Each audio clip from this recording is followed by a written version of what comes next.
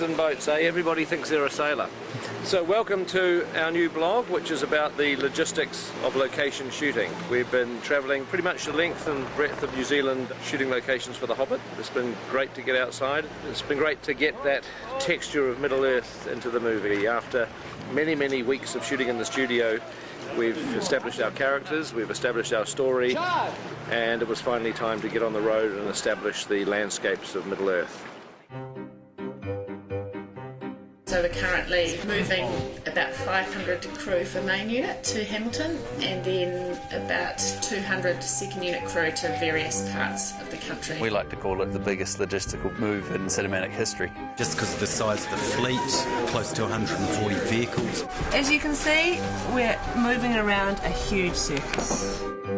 I think everyone is secretly scared but quietly excited. The main reason for going on location on the project is to capture the scenic beauty of New Zealand. Peter's often said one of the things that won the fans over so much in the Lord of the Rings series was the unbelievable vistas and scenics because they were so magnificent.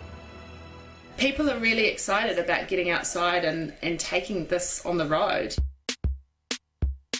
These are our changes for a main unit crew, so this is how big we actually are. We're probably over 500. Everybody has to be in the right vehicle at the right time, they have to travel to the right place, they have to have rooms to be able to sleep in. I can't begin to imagine the logistics involved with shifting the crew, the cast, the equipment that we have on The Hobbit. It's pretty mind-blowing. You have to take everything with you to produce the films.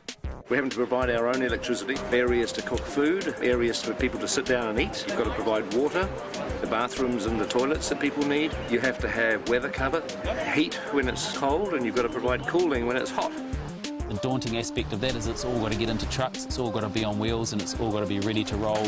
We're about to try and cram all of this, and all of that, all of this, some of that, most of this, all these trucks, most of these people, but not that scissor lift up there that stays, are going to go into some of these trucks. These guys here are going to go into these trucks too. Nice one. No cell phone laws here, man. One of our biggest challenges on the production is actually shooting all the locations in one hit for both main unit and second unit. You can certainly start there.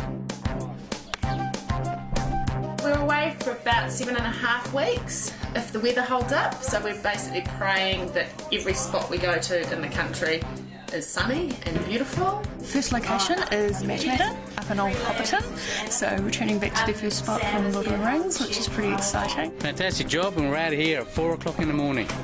And as you can see, we're totally under control.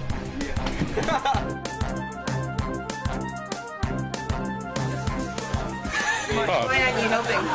I've got to carry this. We're going to some of the remotest locations of New Zealand, and if there's one thing grips can't live without, that's the latte, soy. That's right.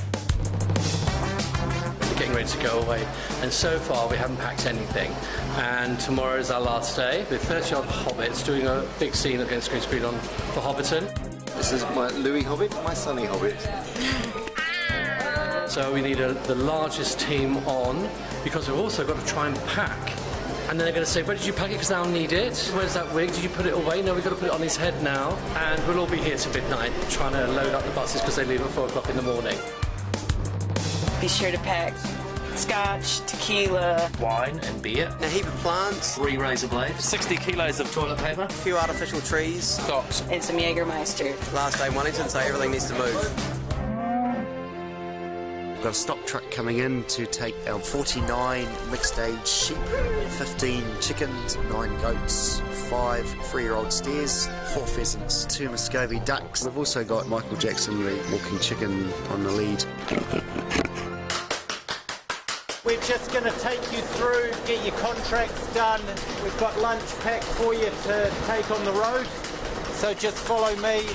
Oh, your keys are in it? Keys are in it.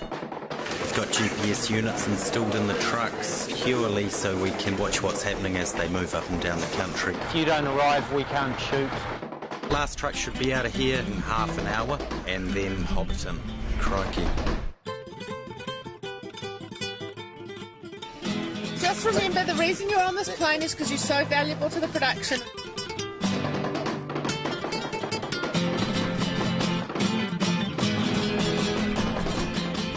Our main unit had over 100 units on wheels that were travelling to the first location. That was quite a feat in itself, just having that amount of drivers on the road.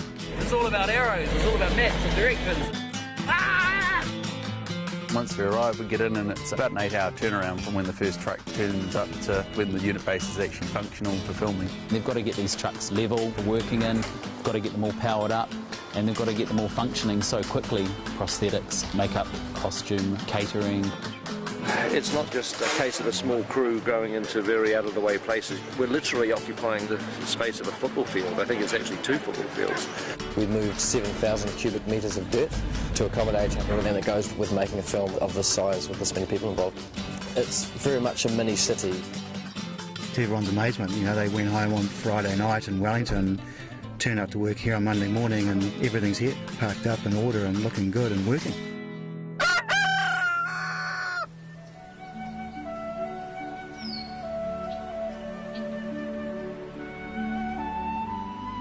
It's okay. Rough day at the office today, Mom. So after 110 days in the studio, we finally make it out into the sunshine. But I'll tell you what, Hobbiton is looking fantastic. The art department and the greens department have been working on it for nearly 2 years. The grasses have grown, the flowers are out, and the plastic ones have even bloomed. It's weird when you come back to a place that you literally thought you would never see again. This is a great spot. To be standing there with Elijah dressed up as Frodo, it was the nearest thing I think I'm ever going to come to a time machine. This is actually the first time I'm stepping foot down into Hobbiton. I'll never forget that feeling of coming to Hobbiton for the first time. So much time spent in this universe, you know, with these characters, and I keep referencing the fact that I turned 19 when I came to Hobbiton for the first time. 11 years ago. I'm 30 now. I don't know, there's so many feelings of nostalgia and history. We'd been searching pretty much the whole country for this rolling green countryside. We were up here scouting around and found this place called Buckland Road. And sure enough, when we flew over it, we found the round tree, the hill, the lake. It was all meant to be. Of course, then it was a matter of talking to the owners of the land, getting their permission to shoot here and build here. It was a Saturday afternoon during a major New Zealand rugby game that he came and knocked on my father's door. And he said they wanted to make a movie, and my father actually said, "Lord of the what?" I think I kicked him under the table quietly, but that's how it all started. This time around, they built it for real. So before, all of these Hobbit holes were built using polystyrene. When the filming was finished, they tore it all down. Even though it's been available for tours and, you know, for people to look at it, we didn't have any of the Hobbit holes here. Doing the Hobbit now, it gave us the ability to rebuild Hobbiton out of permanent materials. Materials that aren't going to deteriorate, and we can carry on showing people what's involved in making a movie, behind the scenes. It's all, I mean, that's actual rock, stone. It's pretty amazing. Hobbiton is going to stay exactly as it is today, which is fantastic. There's real wood, there's real stone, real bricks, and it's going to be here hopefully for decades to come. Yeah, no, it's a great gift to the people of Metamat, and as Minister of Tourism, I'm all in favour of it, so well done. Some prime real estate. I'll get you two, I'll get Tate and Hobbits. Oh, Jordan. Hello. Hello. Hello. You guys having a good day? Yeah, it's good. Hey. How are those feet treating you? Yeah, they're okay. Are they? When you're at Hobbiton, you forget that you're on a film set. Seeing it like this kind of living model village is just extraordinary, and you just totally believe this place exists. And that's because it does. Maybe I've smoked a little bit too much of this now. It's an authentic village. It's 100% 360-degree, look wherever you like, little Hobbit village. You can imagine just being a Hobbit in this environment and get up and have a cup of tea on the doorstep and listen to the birds and the frogs, children running around, or go to the market, buy a big bottle of beer and drink it. I'm loving it. You're not really designing a film set, you're trying to put yourself in the mindset of a Hobbit and figuring out, well, where would you like your house to be? There were 44 personalised Hobbit holes, and each Hobbit hole has the different little details depending on their location. It's kind of amazing, the door's actually open. Hello? Hello? No. Nobody home at the moment. They must be at the market. Welcome to the set of the Hobbit. So how did you get involved in this? My 4 daughters auditioned and they all missed out. And I got in. So I wasn't a popular father at that point. You guys are up for stealing, aren't you? Yeah. Oh, hell yeah, good. Big bad hobbits. Check this out. Oh, yeah. I'd like to get a nice comb over. Is this going to be in the movie? Yeah, we can cut that. That's fantastic. We've got that. So we've just finished our first week on location. But, you know, I just wish I could move into one of these hobbit holes. I mean, this would be an absolutely idyllic place to live. It really would. This is the sort of place that I would very happily retire to. In fact, might think about it tonight or the next day. It would be good retiring here.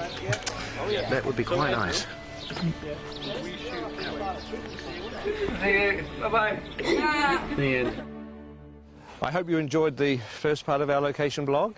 The second part will be ready very early in the new year. And in the meantime, we've just shot the last shot for The Hobbit in 2011. So it only remains to do one last thing, which is to wish you all a Merry Christmas!